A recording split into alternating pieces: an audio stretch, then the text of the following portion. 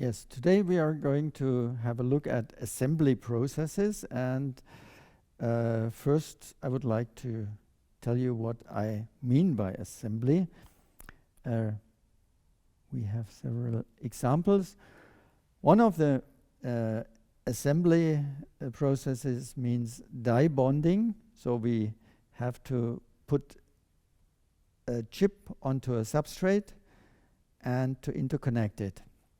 In our case, we have either here a RF transistor mounted onto an aluminum nitride DCB substrate, or on the other hand, we have the chip, gallium nitride radio frequency transistor, bonded with some silver sintering onto aluminum nitride, and that aluminum nitride is subsequently bonded with some kind of soldering process onto a copper base plate. Here we can see such interconnection layer, typically maybe is something like 20 to 50 micrometers, maybe here that is roughly 30 micrometers in thickness, and such are typical interconnections between silicon chip, gallium nitride chips or such materials and the substrate.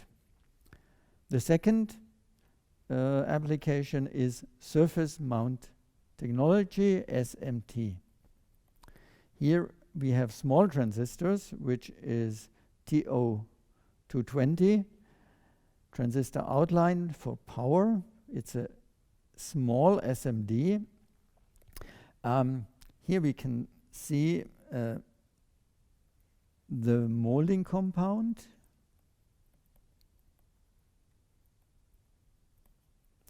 Here we see the chip. Here is the lead frame. When we have a closer look here, we can see several things which were the reason why we did this investigation. Here we have cracks in the chip, and here we have porosity. The porosity was leading to high temperatures, and the high temperatures probably were leading to cracks. But the basic cause here is a bad soldering process.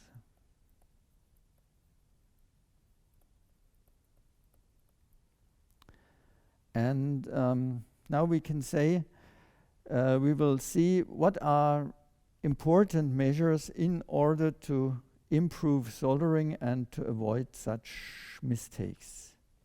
Okay, that's a section of a good solder joint. It's a SAC, so we have here the tin. These small particles are something like silver 3 tin. Here is the printed wiring board side. Here is the copper, and also we will have some reaction zone, which is here, and that reaction zone is the result of some metallurgical process which happens during the soldering. Which alloys do we use for soldering? One alloy which is very important or has been very important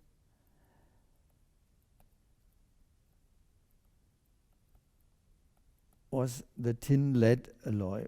This alloy is in most cases now forbidden, and it had to be replaced by other alloys. The main advantage is the low eutectic temperature of 100 83 degrees centigrade. That is the eutectic line, and that is the eutectic point we have here. On the other hand, in that binary system, we can also have tin alloys, which have lots of tin and only a little of lead, or we have lots of lead and a little of tin. These two alloys are more or less banned nowadays. These alloys are still in use.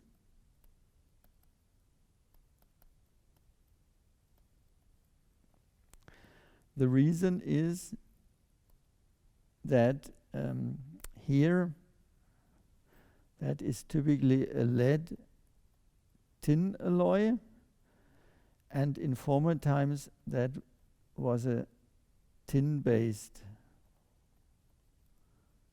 alloy. In former times it was tin lead, but now it's tin and other materials.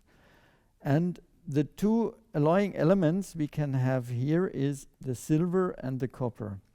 We can see that comparing to the melting point of tin, which is something like 232 degrees centigrade, we have roughly 220 degrees centigrade in the eutectic of silver and tin, and we have a little more in the eutectic between tin and copper. So adding silver and or copper, we can decrease the melting point compared to pure tin. On the other hand, what is important in the system tin-copper, when we bring it into metallurgical contact, we form intermetallic phases, which are copper 3 tin and copper 6 5. In the silver tin, the most important phase is the silver 3 tin, but we also have this zeta phase, which has more silver in it. Okay, we can see these phases, like silver 3 tin, in a solder joint when we cut it and investigate it directly after soldering. After long times of operation, for instance 2000 cycles up to 150 degrees centigrade, the structure changes significantly. We still have the same phases, but now the size of these phases is somewhat larger. That happens both for cycling and also for keeping it at high temperature. Another thing which is important at the interface between the copper and the tin alloy, we have these small intermetallic phases, and these phases are formed due to this binary phase diagram. If we do lots of cycles, these intermetallic phases are increasing in thickness, and after, let's say, 1000 cycles, the thickness is in the 5 to 10 micrometer range here. So that means the intermetallic phases are growing, and that is something which is not desired very much because these phases are brittle. On the other hand, these intermetallic phases are desired, and what's the reason why we want these phases? They improve the quality of the wetting.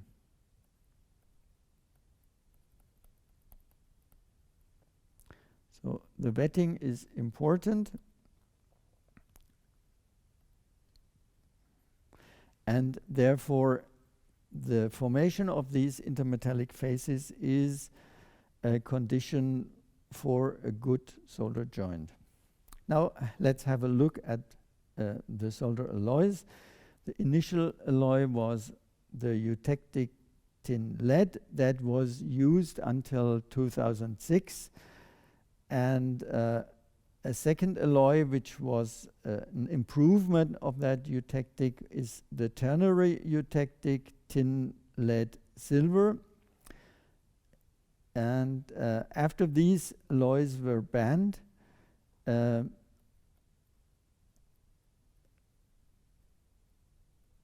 was alloy which is conformal to the European directive on the reduction of hazardous substances.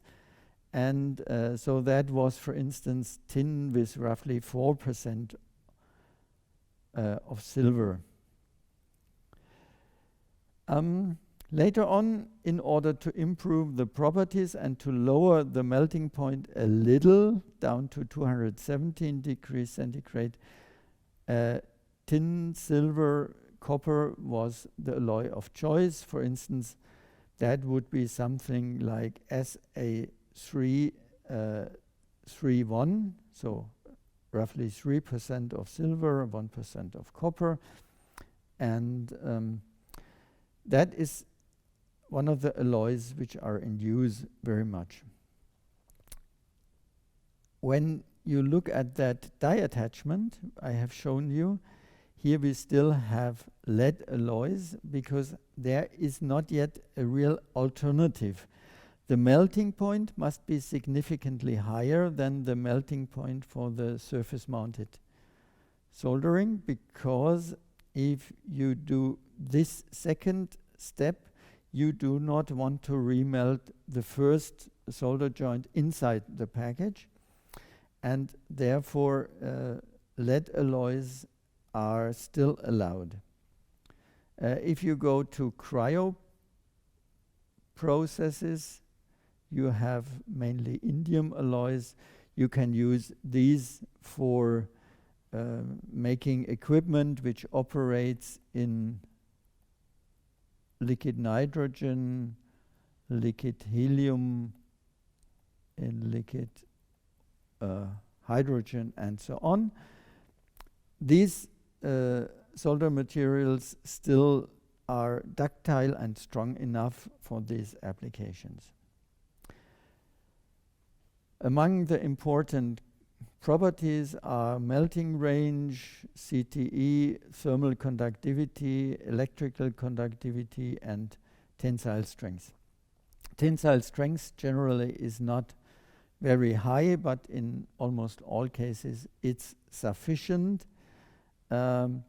because normally solder joints do not fail just by an external force that is too high. Okay, now how to do assembly with such alloys? Let's have a look at surface mount technology.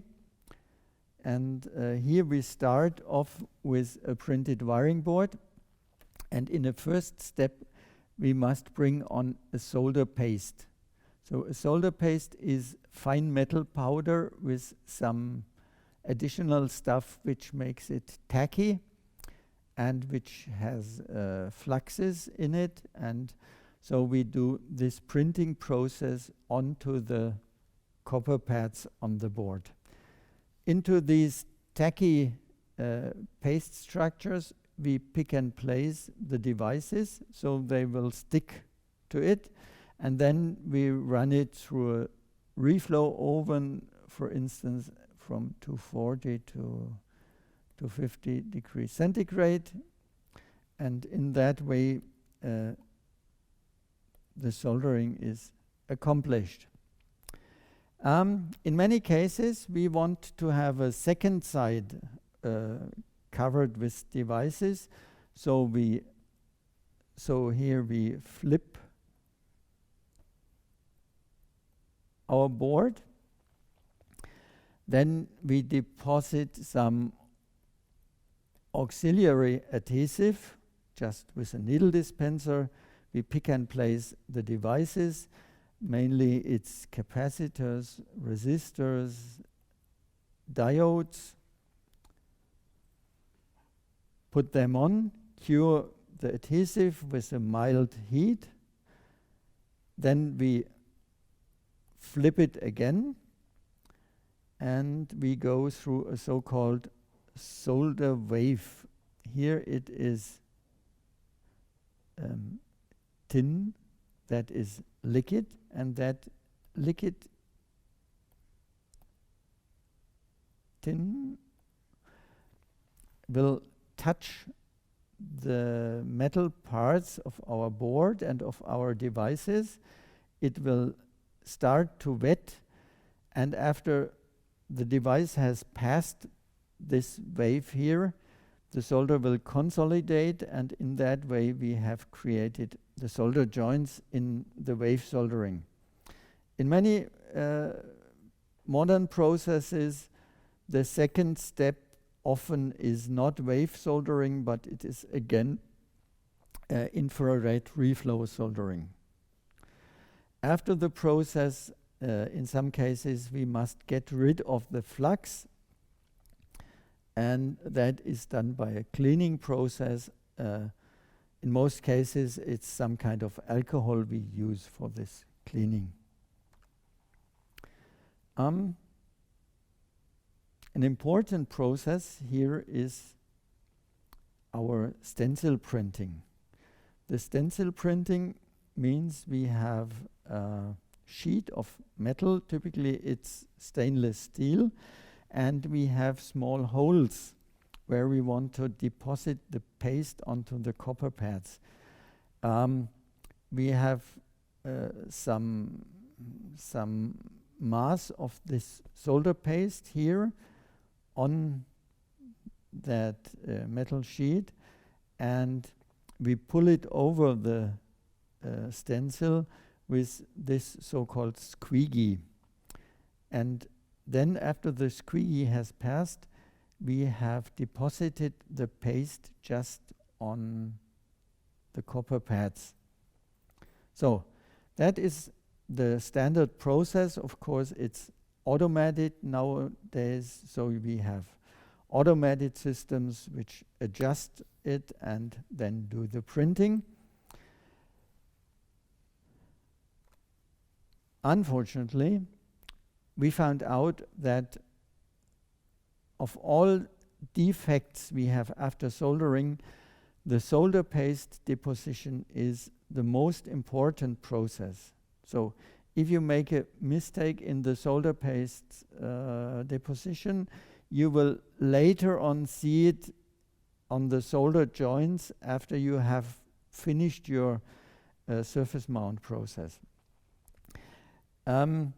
The soldering process itself in the soldering oven will only account for roughly 15% of all defects.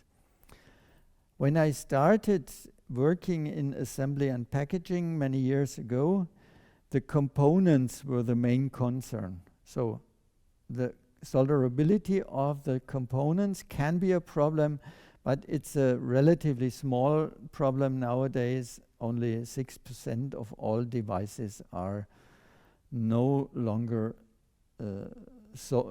solderable in a good way.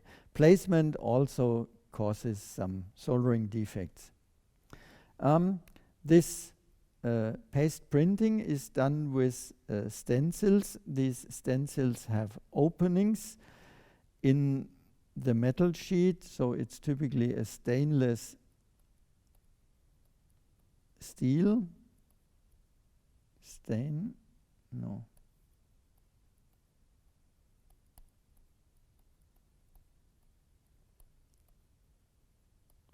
and you can do it just by electroplating such nickel, for instance, into a resist mask. You can also put a resist on, make photolithography, so you etch it away, or you can directly laser cut. In order to improve the printing quality, the quality of these faces here was improved significantly, and so you could say nowadays laser cut is the method of choice. You do not need any photoresist, and in that way you can just cut using your CAD data from your layout, and that's a very easy and convenient process. Now come back to the printing. Printing can result in defects after the soldering, and one of the most important processes is a bridge. Here we already see some bridges in the soldering paste, and that means we have this fine metal powder embedded in the flux paste. If this already bridges, because the structures are so fine, that will remain as a bridge after the soldering. Unfortunately, so small pitches cannot be reworked, and that means the whole assembly has to be thrown away. It has to be scrapped. And that is what has to be expected when the pitch of the devices is too small, and that was something we expected when we had QFP devices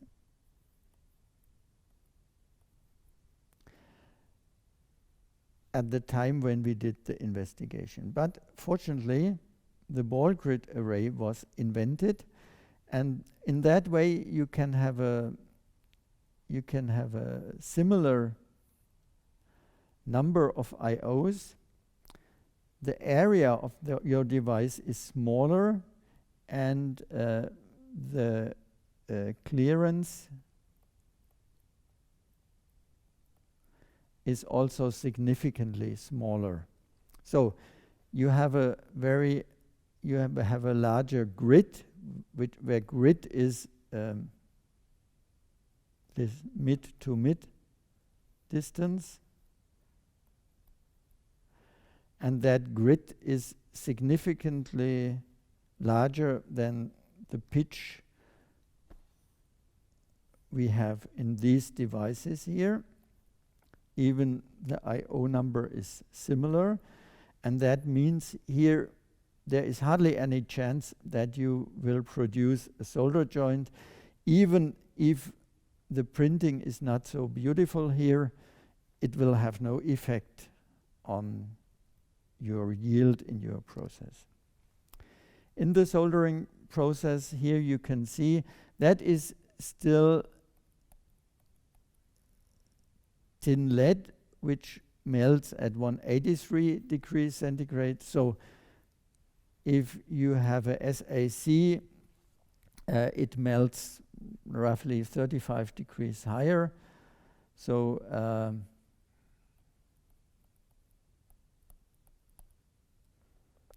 tin lead 183 degrees centigrade. That means your temperature profile you have in the soldering must be increased a little. Typically, the soldering temperature in the peak is something like the liquidus temperature plus 25 Kelvin, and that would mean you solder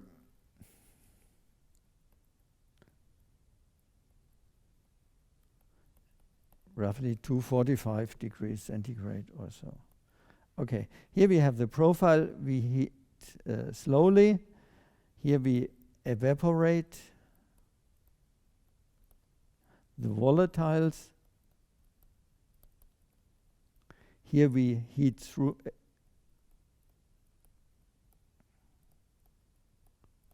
So the whole assembly is warmed up, and here we are in the melting range. The whole process has a duration of maybe 4 minutes or so, but the time here at the high temperature is somewhere 30 seconds to half a minute, or no, to 1 minute I wanted to say, of course.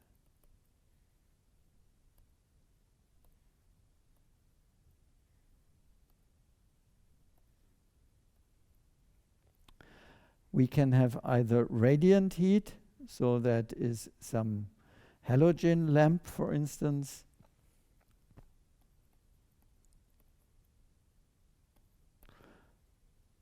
or we have convection that is mainly using hot nitrogen.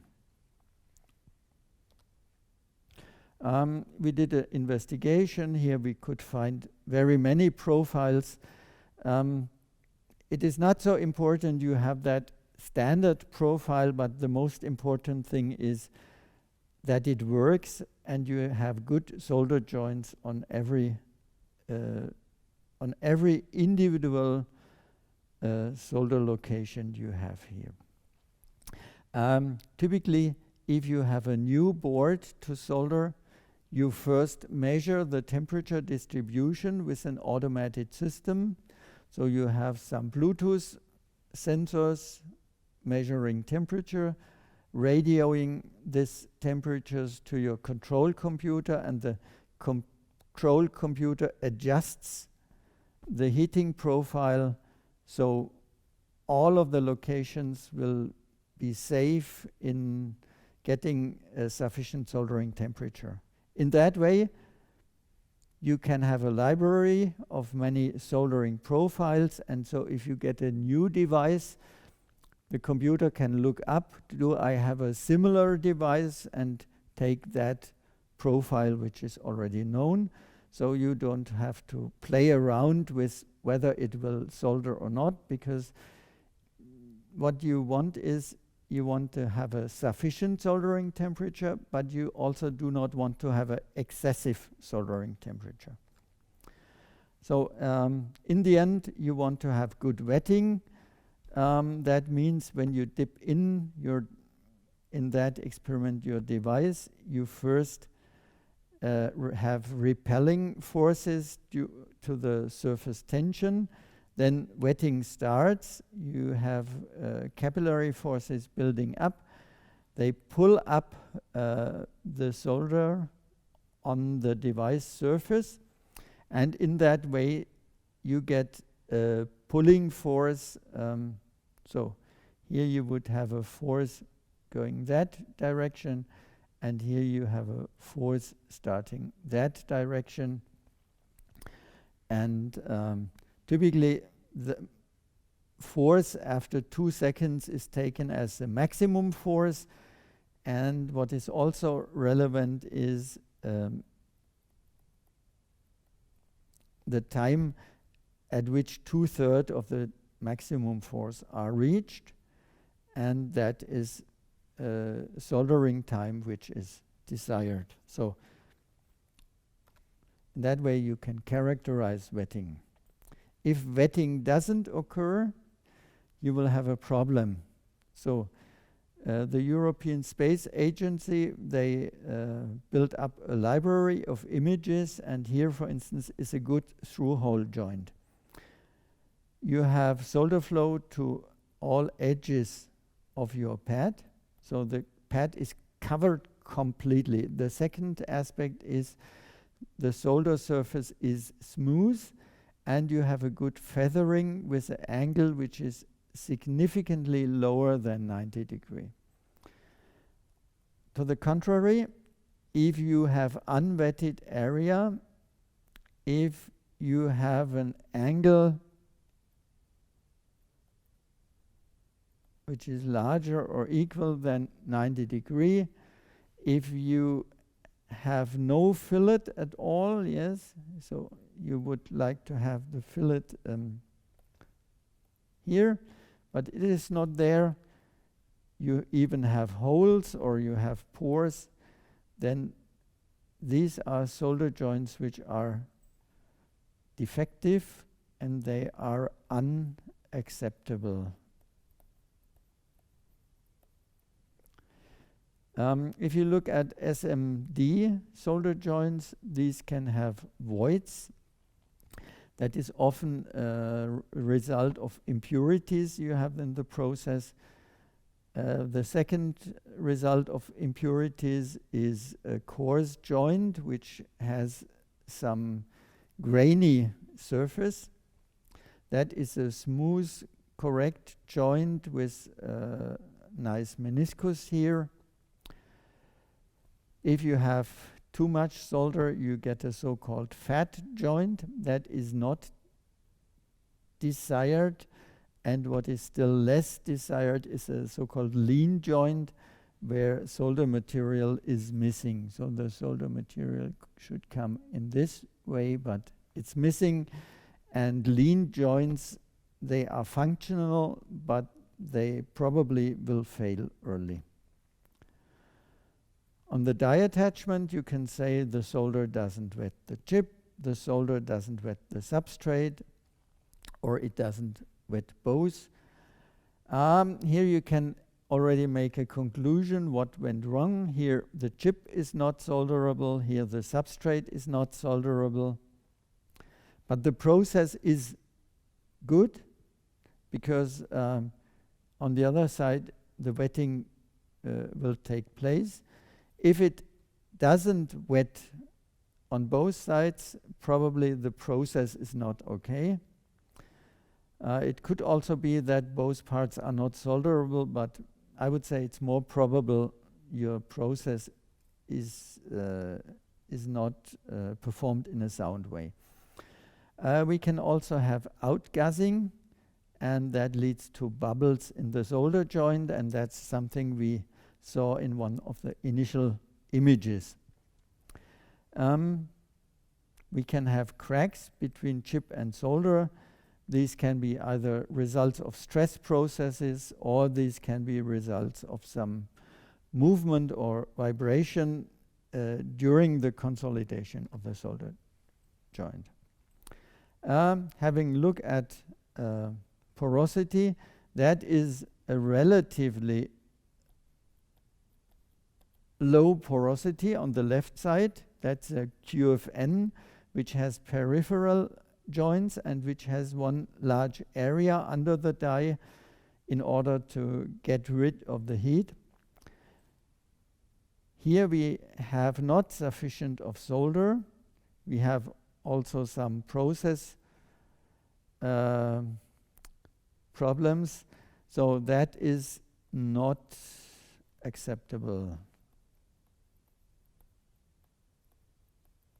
Again, here the chip might die of heat problems.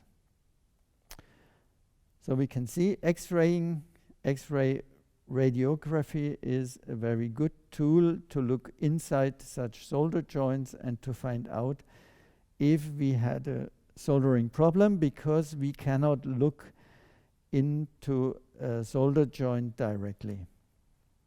Okay, that was for soldering. Next week we will see about silver sintering.